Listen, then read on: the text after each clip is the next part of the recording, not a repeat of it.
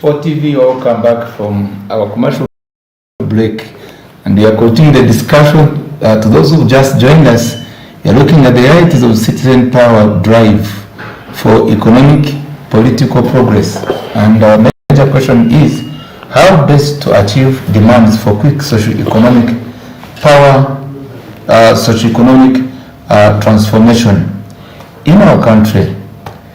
I was able to receive the submission of our dear guest, Major Retired Paula, and Council.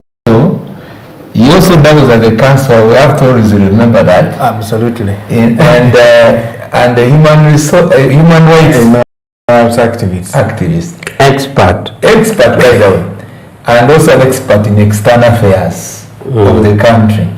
Then our brother and our son, as we were saying it, Council Dennis Okil, we are also blessed to be with you this evening once again. Thank you. But our first session, dear viewers, when we are discussing on this topic, we are looking at the realization of citizen. Do our citizen have the power? Let me define the power we are talking about. The power we are talking about is derived from the Constitution. And the good thing I'm with the lawyers here, the constitutional given power, of which we said, yes, we are talking about the citizen power, but we are supposed to be specifying maybe the people, the power that belongs to the Ugandan people. And that takes us to the human rights, and which has both the social, economic, and political. And the realization of what citizens need to drive to in terms of the social, the economic and political is important. There is an appreciation that of course citizens, they don't just exist. All the people in a country, a sovereign country, Uganda, they don't exist without a guidance from the governance. And the governance in this case, we mean those who are being mandated by the Constitution to govern the affairs of this country. On behalf, are entrusted by the law to govern the affairs of this country on behalf of the citizens. So that means those who govern are responsible to the citizens. Driving to this discussion, dear guests, those who have either gone deeper in the understanding of politics of the state and the economy, we cannot talk about economics when we are not looking at the role of the state, of which Michael Port of 1992 authored a book about the economies of countries, and he referred the state as the invisible hand. In whatever is going on, there must be an invisible hand. Even when prices are rising and maybe of commodities, whatsoever, the invisible hand plays a role. Because the invisible hand, they regulate what should, how the economy should run.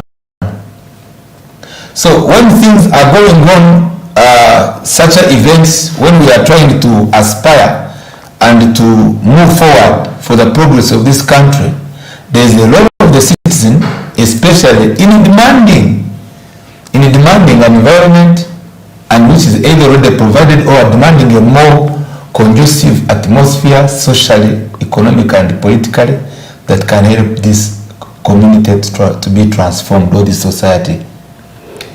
Major, I said in this second session, we will go into critical areas, which, as an analyst, myself also as an analyst, and someone outside there, without either partisan kind of discussion, to look at who have not derived as the actual figures that could make Uganda declared as a middle income status. Number one of the area that promise Ugandans a better improvement, or maybe done better than how it is done, is the area of where the citizens demand accountability. And the accountability, because of an environment we have, it is easy to know whether the state political accountability and the financial accountability. We had, this one was not said in the state of, you will help me to recall, State of Nation address. the issue of the coffee deal, this is a wider discussion, not going to that, Vinci. And our contracts were signed, and this was now a contract signed for the sale of coffee which belongs to the people, and without their involvement, neither their company.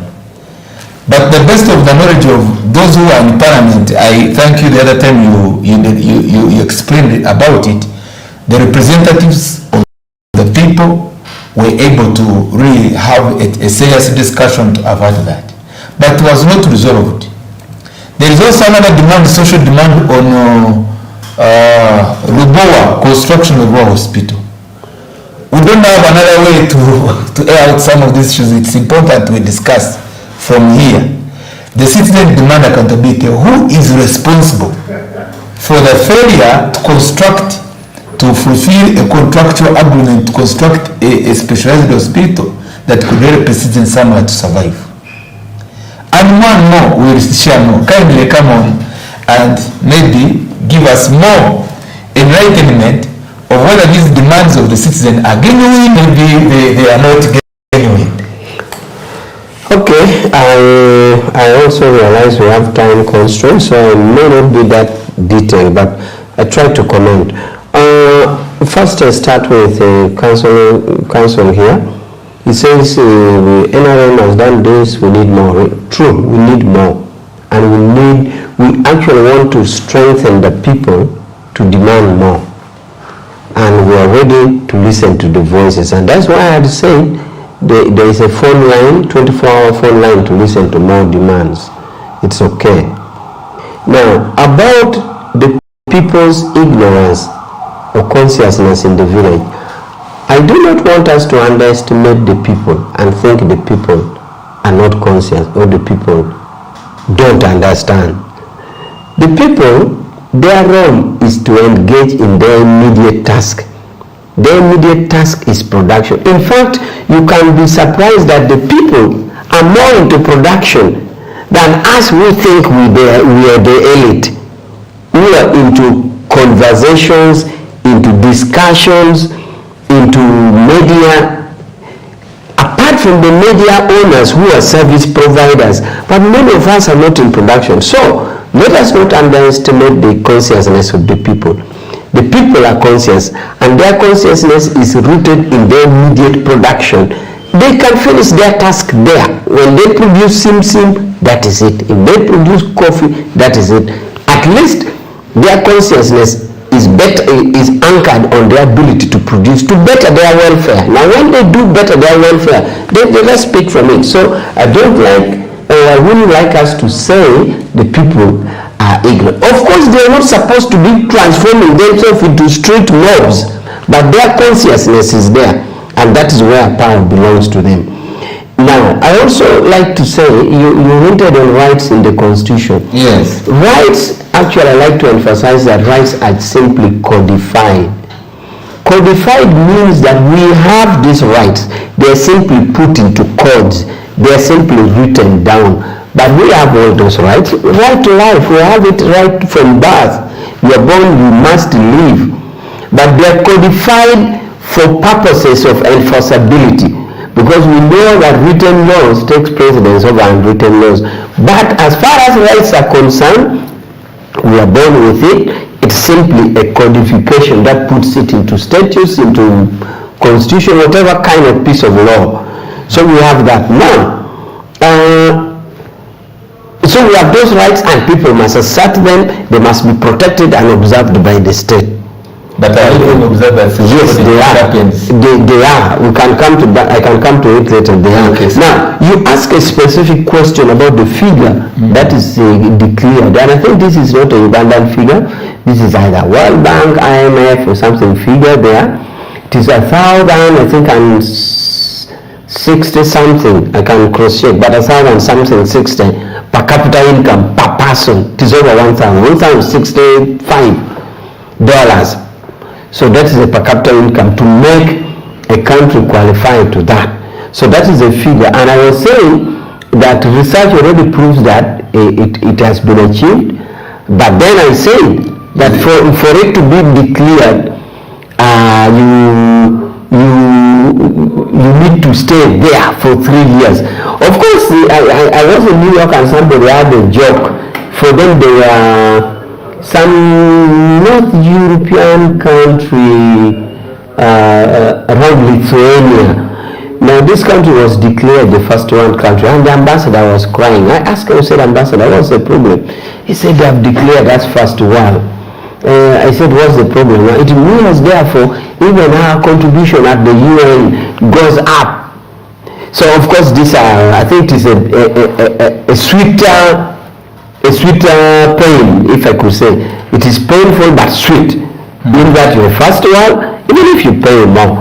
So we shall also have the obligations that goes with it, the sweet pain, if we achieve that. So it will be there. Now let me go to your area of accountability. There's so many things that come up. You have talked of the coffee, you have talked of the hospital, and many others that doesn't go. I am saying that the citizens as the engine to drive development need demand for this accountability. None of us want fraud. None of us want corruption, and that is why government in its attempt has put all institutions in place. But it looks like every time we put an institution, corruptible tend to circumvent.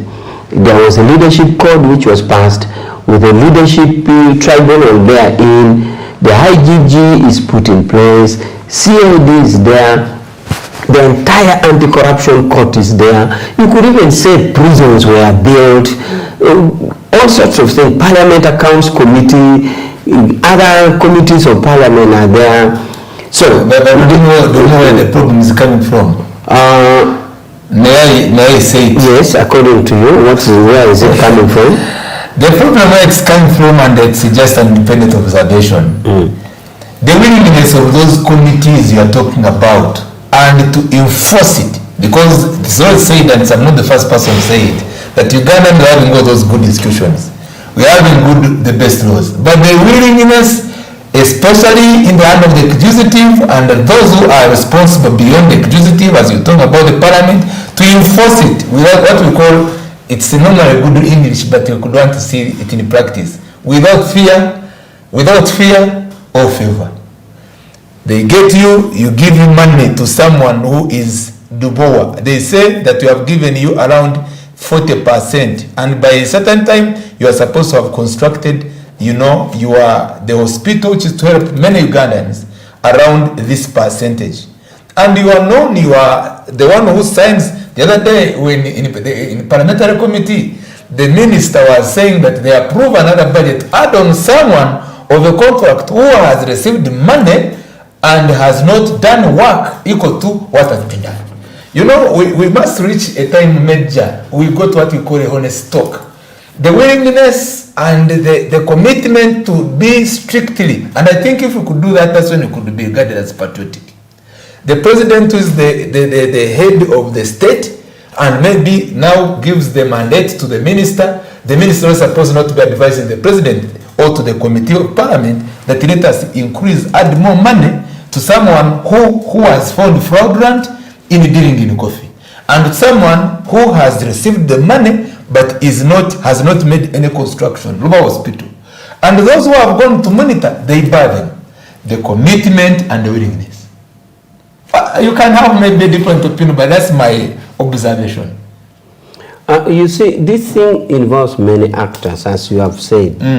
It now involves almost all the three arms of government. You have the legislature, which are the MPs.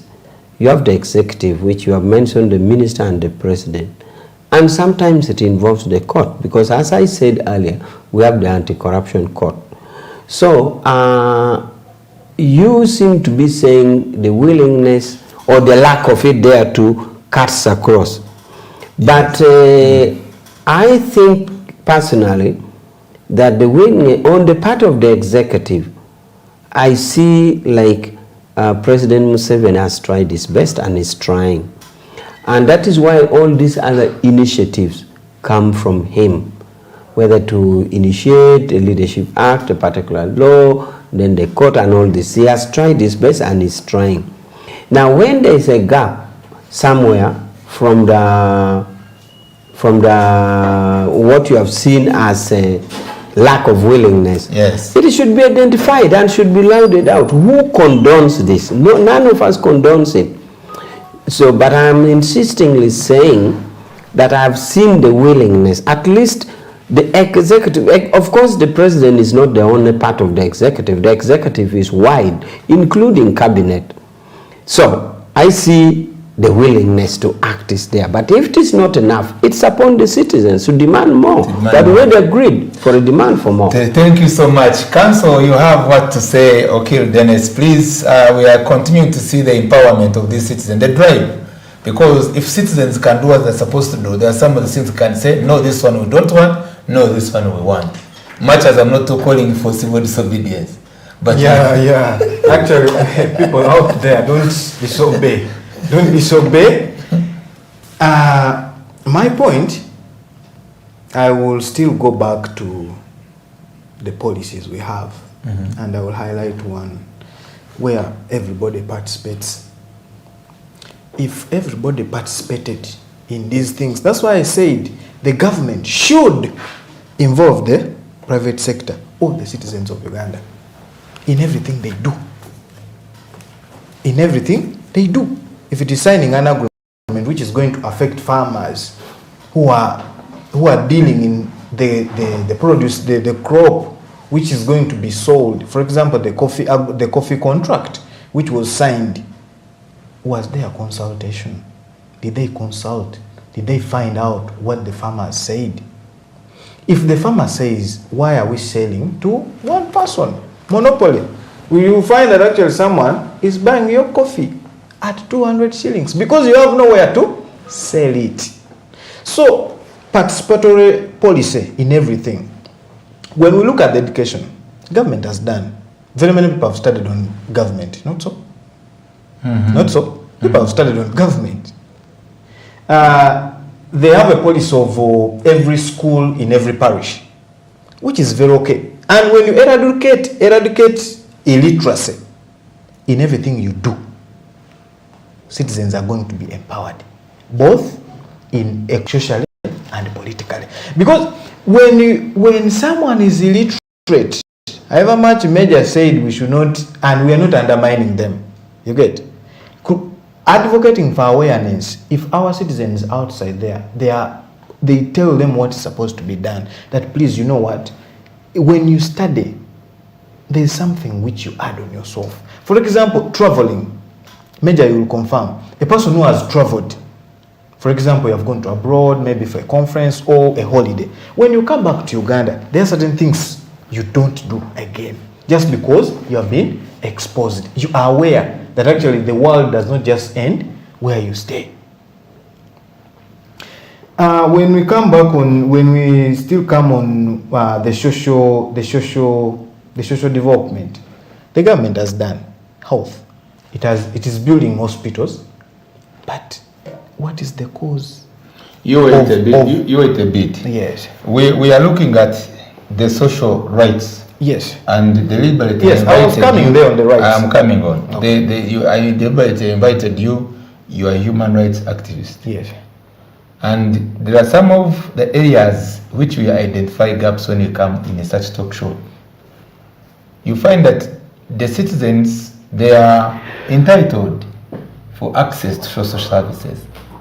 Health is a public good, social good, it's a service, it's a public good. You go to education and so forth. The other day, as we know, we make press review, around 600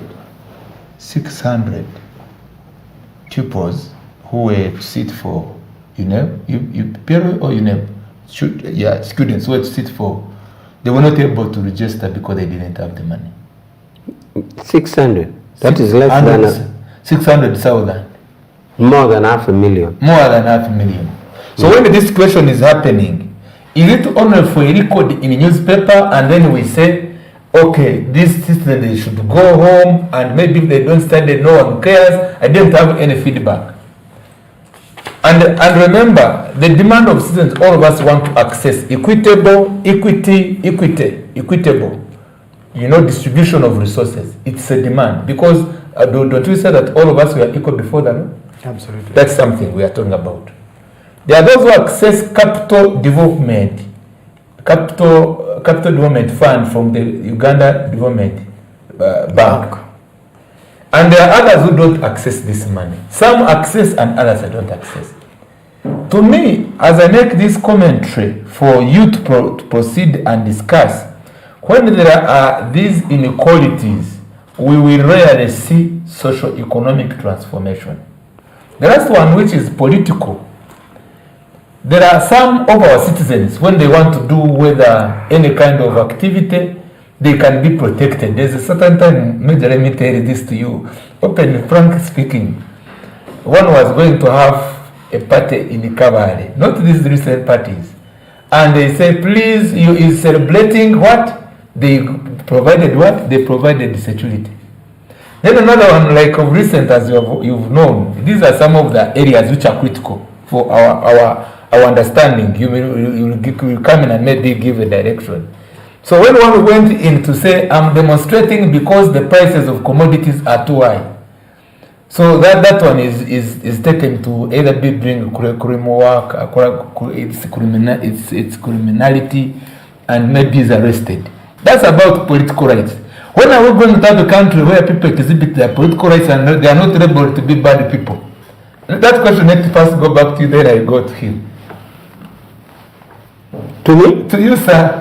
Oh, the question of the rights of people, and we have talked about the social, and I talked about the economic, but basically I was asking you on the issue of the political progress.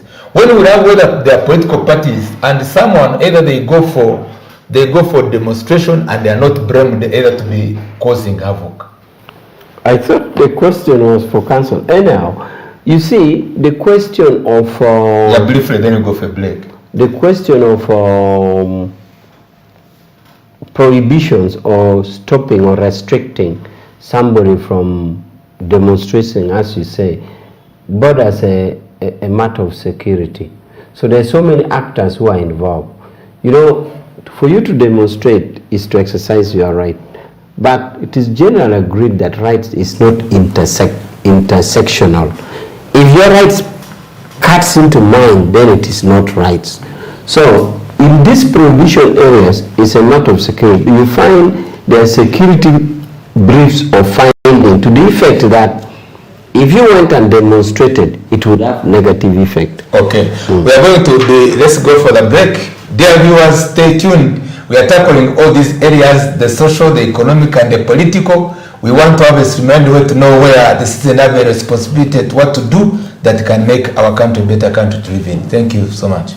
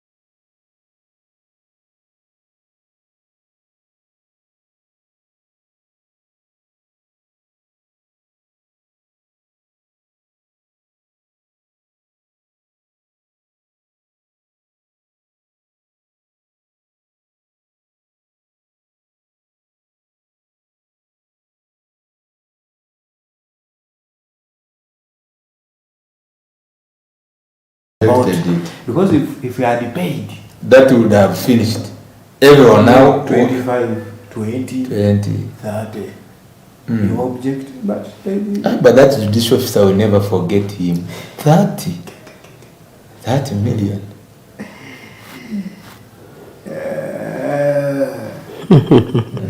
Who is that? I wish I know his name. Yes, judicial officer. I will check on it again. 30 million in a magistrate court? you know. Moreover, magistrate. So So our last talk will be dealing with the recommendations. Okay. How the citizens should utilize their available potential and opportunity to contribute to the economy. Let's recommend. Do you know I've been on a video conference Today, with the Cuban party the whole day. If I was not a soldier, I would have not come here. But I said, it's my commitment, let me go. no, you did well. I was good. You are And the Cuban ambassador was next to me because he wanted it to be successful. You did well. You see, the other time, that's why I come this time, I bring it in the middle way. I used to, the time I was bringing here Banyenzachi. I could bring Banyenzachi knowing that Banyenzachi is going to clarify on the government policies and maybe objectively where there are somewhere I say, okay, here there is an error, but we are improving. Like how you are coming on it and say, now Banyenzachi, when I could be here, even if I was to go into opposition politics, I'm far better.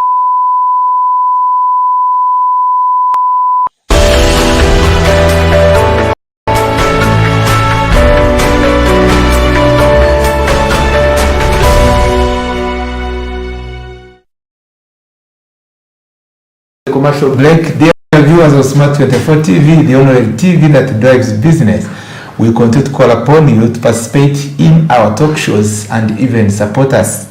We look at the topic of our discussion tonight as we conclude, and together with our guests, dear guests, we are very much concerned on these realities of the citizen power drive. The other, I'm citing different, source of information to enrich our discussion. When the head of state was giving a State of the Nation address, he concentrated on how the country, Uganda, is gifted, is having, numerous opportunities that should not cause anybody to worry. If I try to modify it, am I right, sir? Mm-hmm. But again, when that one is well said, it's not enough, and that's why we are coming to the it's not enough part of it, and seek maybe for recommendation what should be done.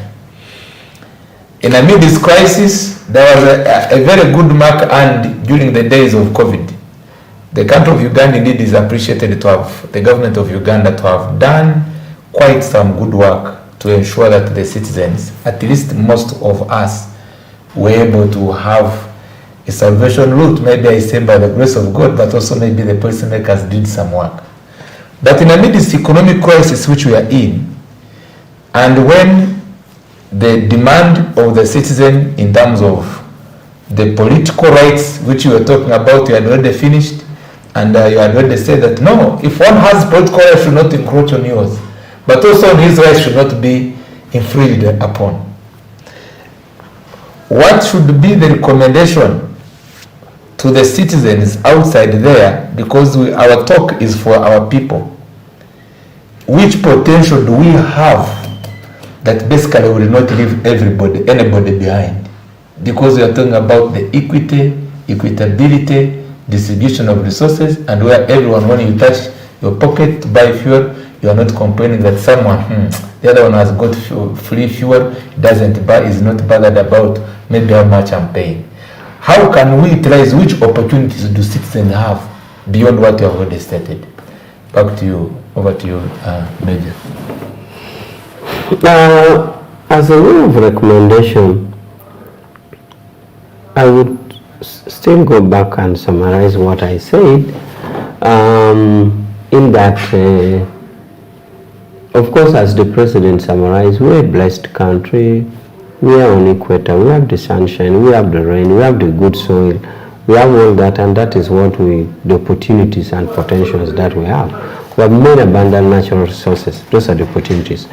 But by the way, there is an issue of gold. You tell yourself how people have too much gold, and I didn't know that you have too much gold. I'm not diverting you, but it is something also ideal. Yeah, we're really deeply resourced. Gold is there, even in Busia and every other place. And our gold export has increased. Although some people seem to think that we also can buy from outside. But if it is legitimate trade, even if we buy from outside, but still the export through Uganda is good enough, as long as it is legitimately bought. Yeah. So we have abundant resources, but what I could recommend as way forward is that the people should know that they're the engine of development. My colleague seems to think that much as the people are involved in production, as the immediate challenge that they have to transform nature by producing goods, we should also empower them with awareness. So if there is that need for awareness, therefore, then awareness raising itself now stands as a recommendation on its own. The other recommendation I would like to give is that the people should continue to demand for accountability. You have leaders at every aspect.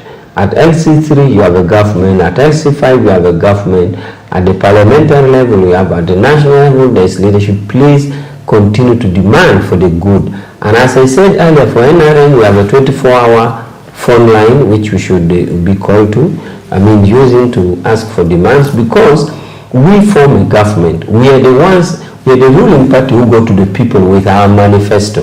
And when people vote us as a party. Then we form government as an agent. So when we hear demand for better services, as a party which has formed a government, we talk to sectoral areas of government that there's a concern here, In fact, we want even periodic update from various departments to update us into how far they have gone into manifesto implementation. So more demands should come up.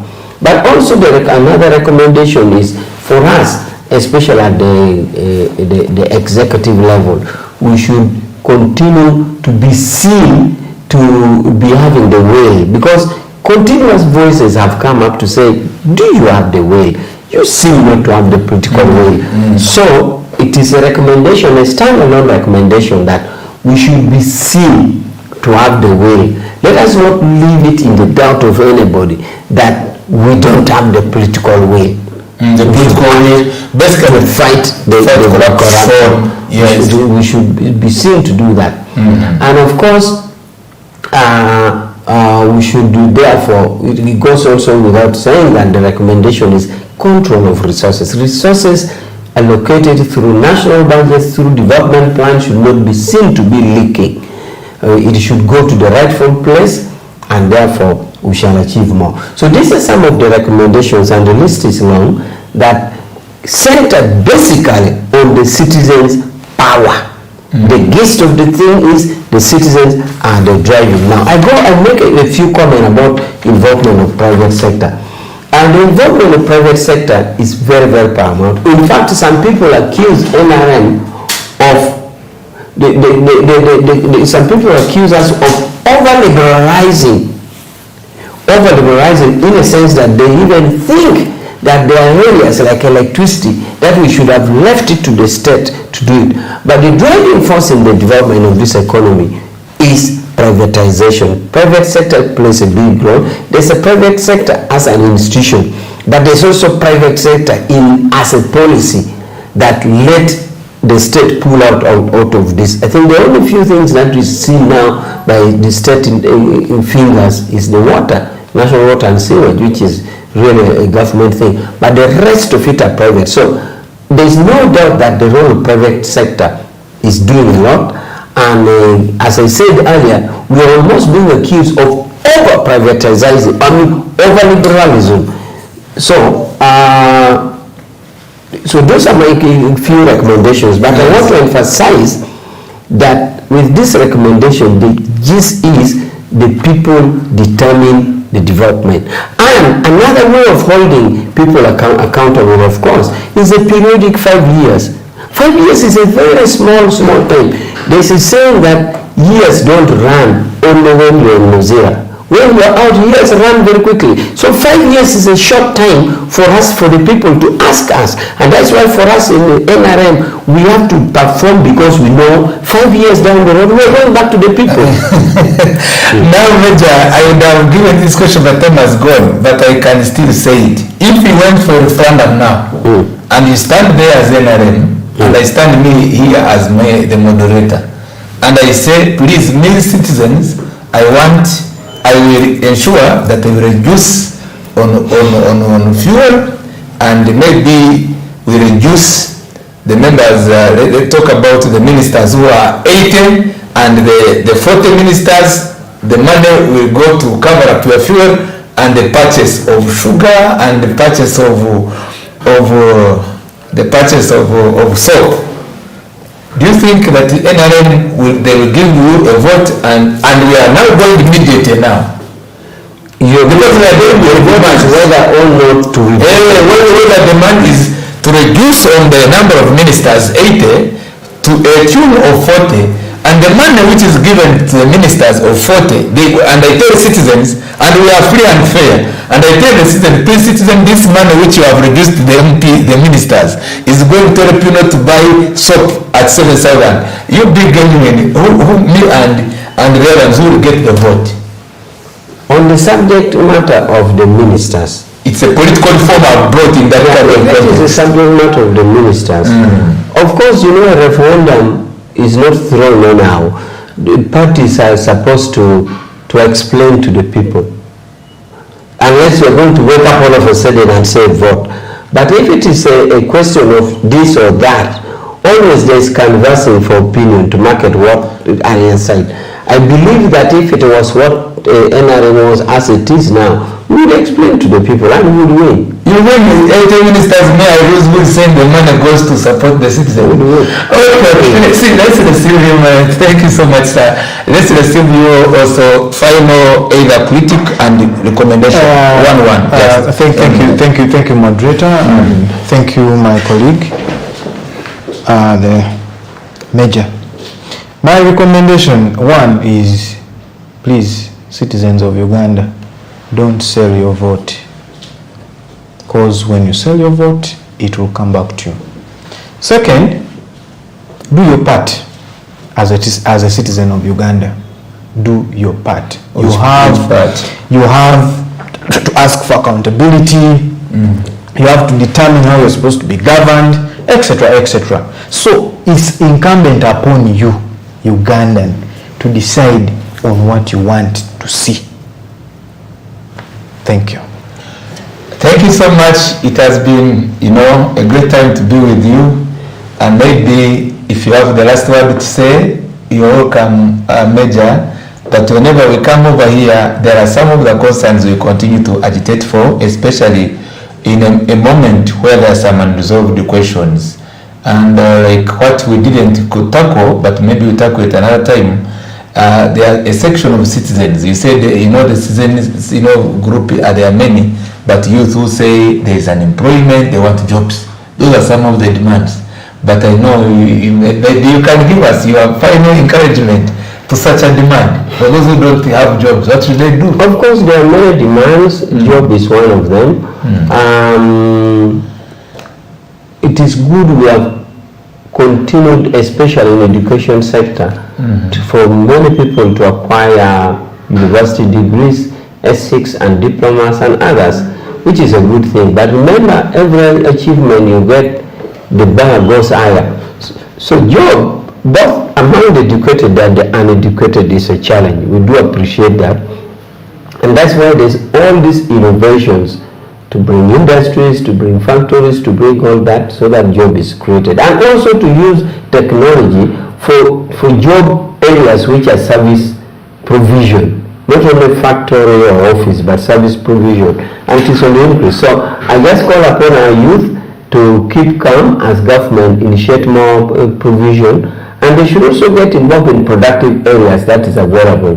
Like now, so many productive provisions are being initiated.